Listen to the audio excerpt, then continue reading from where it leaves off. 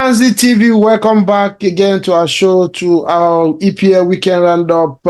We concluded the week 27 games today after Arsenal again dismantled Sheffield United away from home, 7-0, continuing their impressive run to the end of the season, scoring now consecutively 2 or more goals in every half in the last 9 half of a game, breaking records, joining the elite in EPL history who have scored 5 goals in one half after scoring 5-0.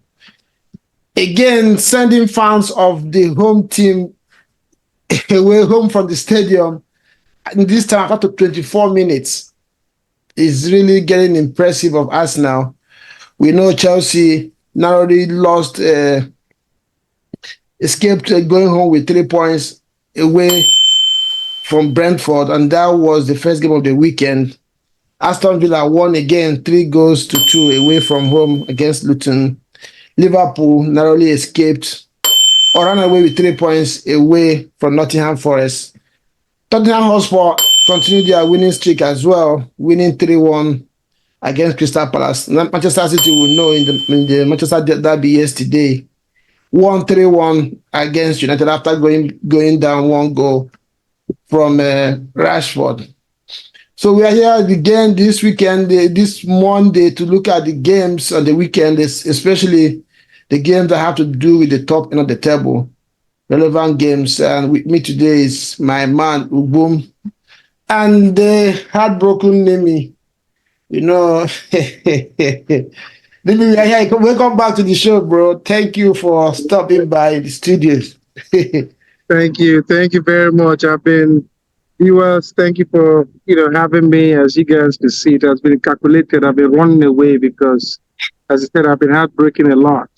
I hate coming here seeing Ugu smiling and Reggie smiling. It's too hard to take, but we're here. We have to move on. Ugu, welcome to the show, bro. Thank you, Reggie. Thank you. Always a pleasure to be on Transit TV. Most especially when Nimi joins us, is always a pleasure. Just discussing football, because Nimi is a top man, a top goalkeeper, top pundit, but just unfortunately chose the wrong team to support. So I'm happy to be here.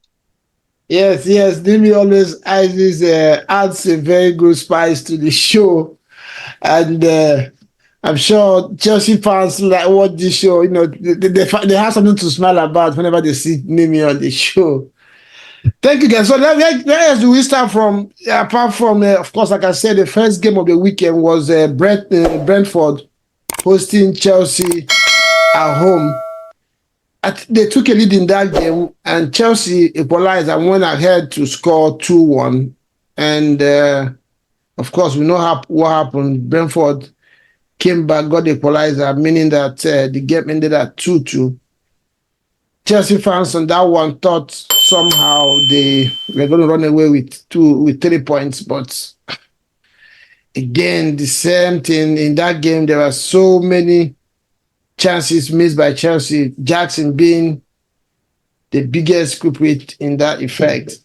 Ugum, I don't know, Nimi is missing. Yeah, I'm here. I could hear you. Yeah, go ahead.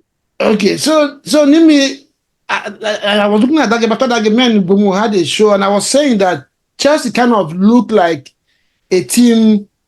They had different attitude. They looked more purposeful, more serious. I thought that probably this is a new Chelsea. Probably they're ready to fight now and defend themselves on the club. But somehow we see ended the same way. A lot of missed chances. Kopama is not looking like the vibrant Kopama I saw at the beginning of the season. Doesn't look. There's no smile on his face when he plays these days. I don't know. What did you make of that game? Thank you again. Can you hear me? Yes. Okay. Thank you again for having me. The game showed the same thing we've been saying. The same familiar pattern, which is the most consistent thing about Chelsea, the inconsistency. After great performance against Man City, they came up with a flat performance against Liverpool. And against Brentford, Brentford has been in not in a good form, and they still found a way to bottle that game. Some of the highlights that I take from that game, right from the time of what's this guy's name? The coach that came after Thomas Tuchel, Okay, Potter. Potter. Chelsea has had issues of once you play. If you remember, they play first half good, they go into the second half and they are flat. And they've been having those issues for a while now. And I don't know what's going on, the mentality of the players. Yeah, the second half they go in and they pulled up a flat performance. And they were just horrible, beating from all sides of the game. Enzo was out of the game. Disasi, again, showing, his inexperience, in that first goal for Brentford. And, all round, I think so far, if the report card is given, Pochettino has been poor in terms of player development. We're not saying, as Chelsea fans, we're not saying go win the league, right? Nobody's saying go and win the league. I'm not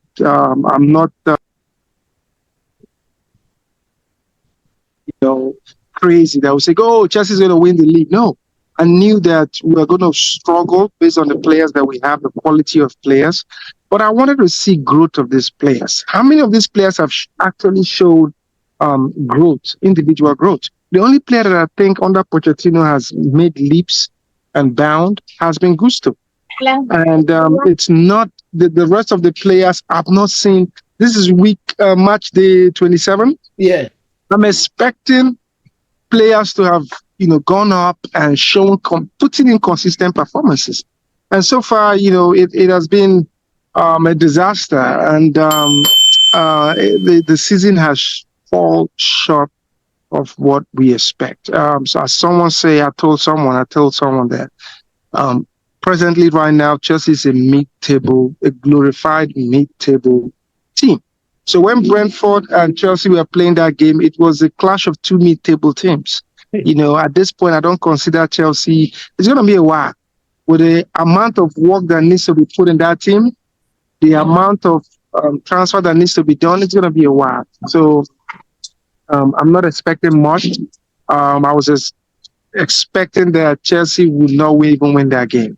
So them playing a 2-2 draw, that was good for me, because I wasn't expecting much from that team. Things need to change, and it is what it is. We have to move, and we have to move on to the next game. And unfortunately, as it is right now, at the end of the season, you guys, Arsenal fans will be smiling, and Chelsea fans will be looking out. I would be shocked to say 2 seasons now without Champions League. I'm slowly turning to Odunze and Reggie, trying to see how this life is. This life, no balance at all, but we move. Okay, before we move on to the next game, right quick, do you see Chelsea being dragged into relegation battle? They are 10 points away from relegation. No chance, because of the quality of players they have, and because of the quality of coach they have. I believe Pochettino is a good coach, perhaps not the top tier. He hasn't proven to be, the top tier winning coach, but he's a good coach, and he's not going to allow that team sleep to that level. I believe that, and I believe that their players, as comfortable as they look and as they seem to be, their pride will not allow them. The quality is there. Their pride will not allow them get into that, towards that zone, that relegation zone. They just need to perk up and, get more committed, get more serious, get more intense, and know that EPL, every team is fighting to stay alive. And, once they apply that intensity, they have the potential to win more games than they've won so far. Well, I don't completely agree with you. This is EPL. Anything can happen. Chelsea is just 2 draws away from being dragged into relegation, being 2 or 3 or 4 points away from relegation. So it's a possibility. It's a matter of pride all season we have seen Chelsea struggle against teams that are below 7th or 8th. And it looks like they have a chunk of those games now to come up. So if what has happened so far, the season continues, then Chelsea might find themselves in that relegation zone. So we'll staying with you. I'm beginning to look, should we still call this a 3-horse race? Aston Villa keeps winning. They're just 6 points behind Arsenal. Meaning if Arsenal fails to win any game and Aston Villa keeps winning, they will probably be right in it.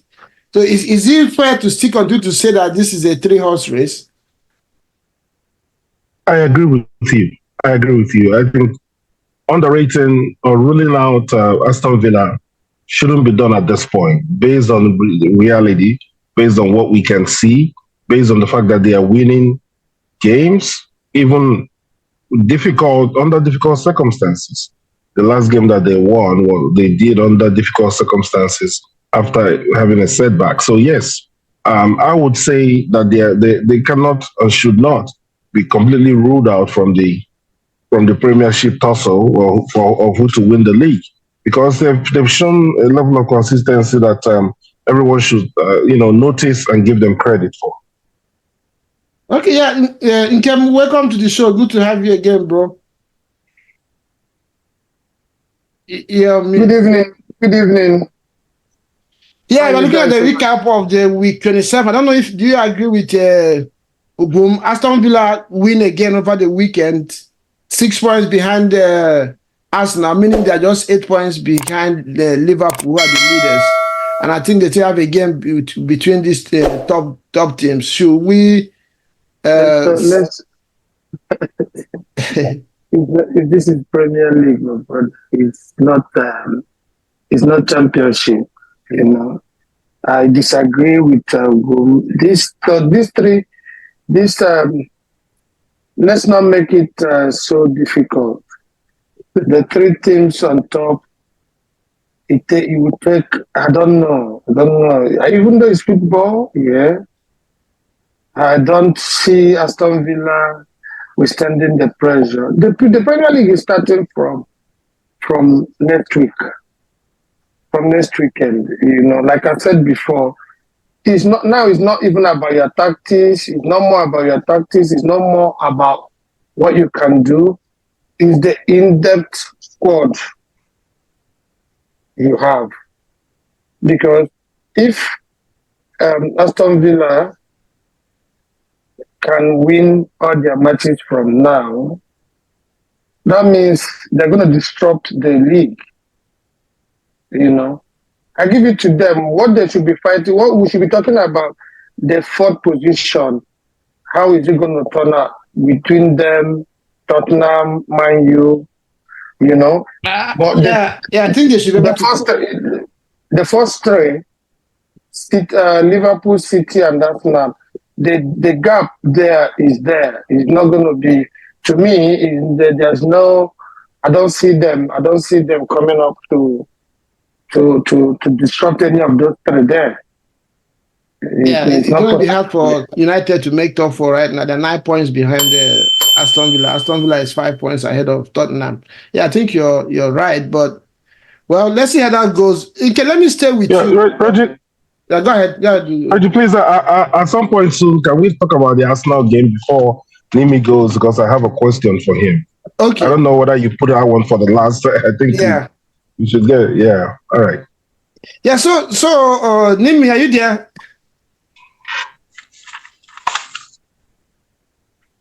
I think it's off for a while. Yeah, the last time you said it was hearing me. Okay, Tim, let me stay with you. What do you think about Tottenham? Do you see them upturning Aston Villa in the top 4? It looks like they keep winning. They won again last weekend, and they're 5 points behind Aston Villa. In the Premier League, a point is very difficult. You're talking about 5 points, and you're talking about a team that is not. You see, the only thing about Premier League is that the moment you get that consistency, then you can now start talking about the position. Tottenham, for me, is like it's not yet a done deal. It's like chance, fluke, use any word for it. And if I am allowed, in my opinion, I give it to Aston Villa, to be honest, because I think more of it, Emery knows what he's doing. He knows how to approach each particular team in the Premier League.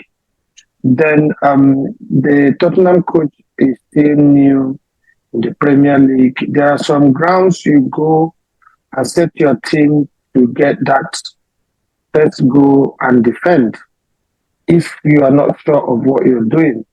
But he will always play that his highline, and you can't stop him from that. And he's been interviewed several times. He said that is his position. It works fine for him. It doesn't work. He's good with it. And you look at him, his body language is that kind of stubborn coach that cannot shift ground. You know? So for me, I give that fourth position to Aston Villa. He can turn around 2 matches, then and Tottenham win there too. But I don't see that consistency in Tottenham going on to win all their matches while these people will lose to. So I give it to Aston Villa. Okay, that would be a breath of fresh air on top for. It would be a very, very massive feat to achieve for Aston Villa and Emery. By the end of the season, for them to be firmly footed in the Champions League next season, that would be massive. That would be massive for the club. In fact, automatically Emery will become a legend of Aston Villa. That would be, nobody would have predicted that at the beginning of the season. City cannot keep clean sheet. They can't. And just like Liverpool, we saw them. I know it was a derby, which anything is expected, but against United for about 80 minutes, City were almost destined for a draw. I know that we always know that they have a quality and it will always shine through, but I don't know, is it a thing of a worry or something to be proud of, that regardless of what, they always find a way to get the 3 points? What did you make of that game against Manchester United yesterday? Yeah, I agree that this season they've shown a level of vulnerability that we haven't seen as much in the past. They've conceded more goals than they typically would by this time of the season. And I had a stat the other day that they are the second place team in the league right now conceding goals from counterattacks, from breakaways, right? Only one team has conceded more goals than Manchester City from breakaways. So that's not the best of would I say stats to have. Or reputation. Or reputation to have. But having said that, City are City. The quality is just there. The quality can overwhelm you, when they start putting the pressure. So it's not a coincidence that in spite of all these, in spite of conceding more goals than usual, they are still there charging, winning games, because they have people that can win games all over the pitch. So, yes, the blemish is noted. That vulnerability is noted in terms of conceding more goals. But so far, they've proven that it's not gonna be a deciding factor, so to speak. I mean, so far, maybe by the time they meet Liverpool or meet Arsenal, we'll see after those games, whether this will cost them. But so far, it hasn't cost them because, like you say, the golfing class is just too much. That still gives them that edge in spite of conceding more goals than usual. Okay, on that, right now is head of, again, after we talk about Aston Villa, Arsenal is 10 goals. Have 10 goals difference better than City at this point. This is unheard of. That's one. Okay, still staying on City. I think United is the first top 4 or big 6 game they have won this season, if I'm correct. If they have won anyone, it maybe one. Against Chelsea was 4-4. Against Liverpool, they drew. Against Arsenal beat them. I think they drew with United in the first leg. Tottenham, they drew. Yeah, this is the first big six game they have won this season. I don't know, what you think about that. I still feel that this city is not a vintage city. Do you think they are just riding on reputation right now against real quality? Because it's unheard of that at this point of the season, this is the first time a city was going to win against any top six team, home and away. After this is the seventh game. Yeah, I think if you listen to Pep's interview, two things there. There was this interview, he said he was praising his boys to say, I think they play more than robots. They play like machines. And that's what you need to get the best out of your players, yeah? Then secondly, yesterday, I was watching that match. I paid more attention on Pep than the football match itself because Pep body language until the 80th minute was that of frustration, which you hardly see. And the new style is inventing with Joss Stone can be done and you get it right with some teams like Man U, like we said the other time. At the middle of the park, Man U is just yesterday. A lot of that team, the middle of that team, they were exposed. I looked at Casemiro, the second goal. I was just like, oh my God, this is not good for a young man to be that good, So Pep knows that he's going to win this league this season. He has to fight and fight so hard with it. And because of his squad, he's going to try because he is still in the treble. He's going for Premier League, going for Champions League and FA. You see, it's not going to be the same because last season, the team, everybody was there. But this season, you see how the thing is. The race is not like Arsenal and Man City. But Liverpool is there, Arsenal is there, Man City is there. So they're going to see that they're not going to find it that easy. And for me, if City should win this league this season, that means I don't think Premier League will be what we think it is. I hear you.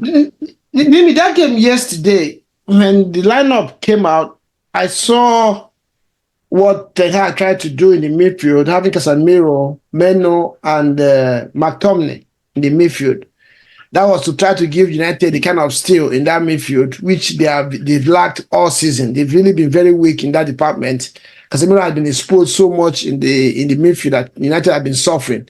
And I think that worked to a very large extent until probably you will say United could not cope. The pressure was too much. They tired out, and the lack of consistency showed before City was able to. Of course, when they started making changes, the energy dropped and they lost the game. Do you think does that show any kind of hope to United fans that there's something there to build on if Erik ten Hag wants to really achieve anything with United? Does he have any foundation? Does it show you that they can actually build on something with regards to that formation and the lineup? Yeah, very good question. But I wanted to respond real quick before I go to your question. I want to respond on Aston Villa. I do agree with Kim, and at the end of it, this is EPL. Aston Villa does not have the team, the quality. It takes 1-2 injuries from the Aston Villa team to say they want to go and compete for the title. No. They will be lucky at the end, maybe 4 or 5 games, if Spurs don't put pressure to them for that 4th position. So in terms of the league, I don't see Aston Villa going in there and competing with Arsenal, Liverpool, and Manchester City. As regards Manchester United yesterday, while I was telling them, it's impossible with the amount of pressure what Man City was doing that those 3 midfielders will be able to cope. it tells you also the golf in class. You talked about Casemiro, what's the main McTominay and Meno. tournament, McTominay. That is a shutdown for maybe 50, 55 minutes. They can give you 1 hour of shutdown. But after that, see when the goals started coming, they got tired. Who do you go to the bench for? This is the time that you need a player like Amrabat, Eriksen, quality for quality, but they don't have that. Amrabat right now is not looking like a good buy. I think him going back to Fiorentina will be the right thing. I don't think Manchester United will take that. They will take that option of buying him full. And that tells you something. When the World Cup was played, everybody was Amrabat. It's not easy transitioning from another league to the EPL. I was watching Yakubu Ayegbeni talk about. It wasn't everybody. It was Manchester United fans. Huh? It wasn't everybody. Yeah, but it wasn't everybody. It was Manchester United fans. Manchester United fans. Let me take that one. Manchester United fans. I remember telling people the pace of the EPL is not what you see in a World Cup game. It's not what you see in EPL. In Italy, Odunze can run happily, go there and play 10 minutes. Give good 10 minutes. Because the quality is slow. It's really slow ball. So I tell people that. So now going back to that game, Guardiola knew that, and all they needed to do was when you have maestros, wicked witches and wizards like Kevin De Bruyne, Foden is in the form of his life. I just couldn't, see Manchester United coming out of that game victorious. Another thing again, Manchester United came into that game with a smash and grab. We're going to defend, and we're going to get a lucky break. And what killed them was they got that goal too early. If they had gotten that goal, held Manchester City for maybe 40, 45, first half was over, 55 minutes, 60 minutes, and they get that goal, they would have closed shop. But it was just too much. At the end of the game, they had one shot on target. And thanks to Onana, it would have been worse. Yeah, he had a very good game yesterday. And it would have been worse. And Johnny Evans as well impressed me in that game. Johnny Evans at 48 years old, still holding it down. So that was it. And I heard when Kim and Osborne talking about Manchester City. You guys have to give Arsenal credit. The fact that Man City does this every season. They slow down, and this is the business end. Remember Sir Alex Ferguson says, come wake me up in January, February. That's when the league starts. And the fact that Arsenal is still holding pace. I'm looking at the goal difference. Arsenal has a plus 46. 10 ahead of City. 46. I said, oh my God, what is Arteta cooking? He's doing something. So give yourselves credit. But one thing I've been waiting to ask you. Well, maybe I will wait. I'll wait till we get there. We're going to get into that very soon. Nimi has a question for you. So let me start with you, Nimi. I'm going to ask you this question. Liverpool have consistently now escaped with 3 points, with probably just scraping through. Last weekend again, they almost was going to end in a 0-0 draw. Considering the very slim lead they have on top of the table, last minute of the game, Darwin Núñez, passed on that chance and got in the 3 points. Is this a champion's attitude, potential champion's attitude, or should Liverpool fans worry about this new habit? I think Arsenal fans and Manchester City fans should be worried. This is why I tell you that. Osborne and Cam Reggie, you have played soccer. This is more than just the game now. It is emotional. Those Liverpool players are playing for Jurgen Klopp. In the dressing room, it must have been said, I'm leaving. He has told them this is last season, and they want to win they want to win it for him. So what you're seeing there is players giving 150%.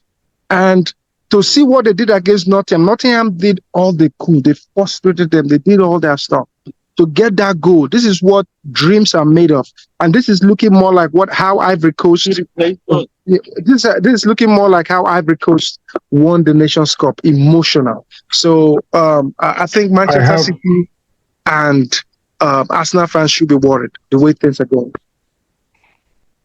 Can I say something about that? Yeah, go ahead. Yeah, I believe the opposite from what Nimi said. You see, if Arsenal were the team doing this thing that Liverpool is doing now, the way that Nimi would analyze it would probably be the opposite, right? If it's Arsenal, they would say Arsenal is barely winning games, and soon they'll be found out. That's what the narrative will be. The narrative will be that very soon they'll be found out that you cannot win the league based on emotions. And the league is different from a tournament. You can win a tournament based on riding emotions and all that, but when it has to do with the league, it's a marathon. Your emotions can only, practically carry you so far before something happens that will, put you down. The emotion will not be able to carry you at that point. So I think that they've been very fortunate so far. I agree that the emotion is involved and they are fighting and fighting and fighting for the manager. But I think that if they don't do something about it, it will catch up with them really soon. In fact, it will catch up with them sooner than later. Yeah, I kind of agree with you, Ugum. And the reason is not, if you look at Liverpool very well, critically and tactically, they seem to just be scraping through games. I don't really see any imposing tactics or a systematic play that puts teams, like what you said about City. City, you know what they're going to give you. They pound this pressure in a systematic way. But Liverpool kind of somehow looks like smash and grab now. There's not really a rhythm to their play. It's just because of the form they have, the club, of course, and it's Liverpool. Most of the time, at home, they kind of show quality. But away from home, they're just scraping through games. I don't know if they're going to be able to sustain this. We'll only hope and see the next two games. I think the next game is against Manchester City. This is where it starts to hot up. We don't know. Let's see how that game pans out. They've had Klopp. I think City has only what's his name? Pep has only won one game against Liverpool. So let's see if they're going to continue with that run tomorrow, next weekend, or they will share points, or Liverpool wins. Whoever wins that game, has an edge in the title, because 3 points now between you and your rival is a big thing to lose. So we'll see how that goes.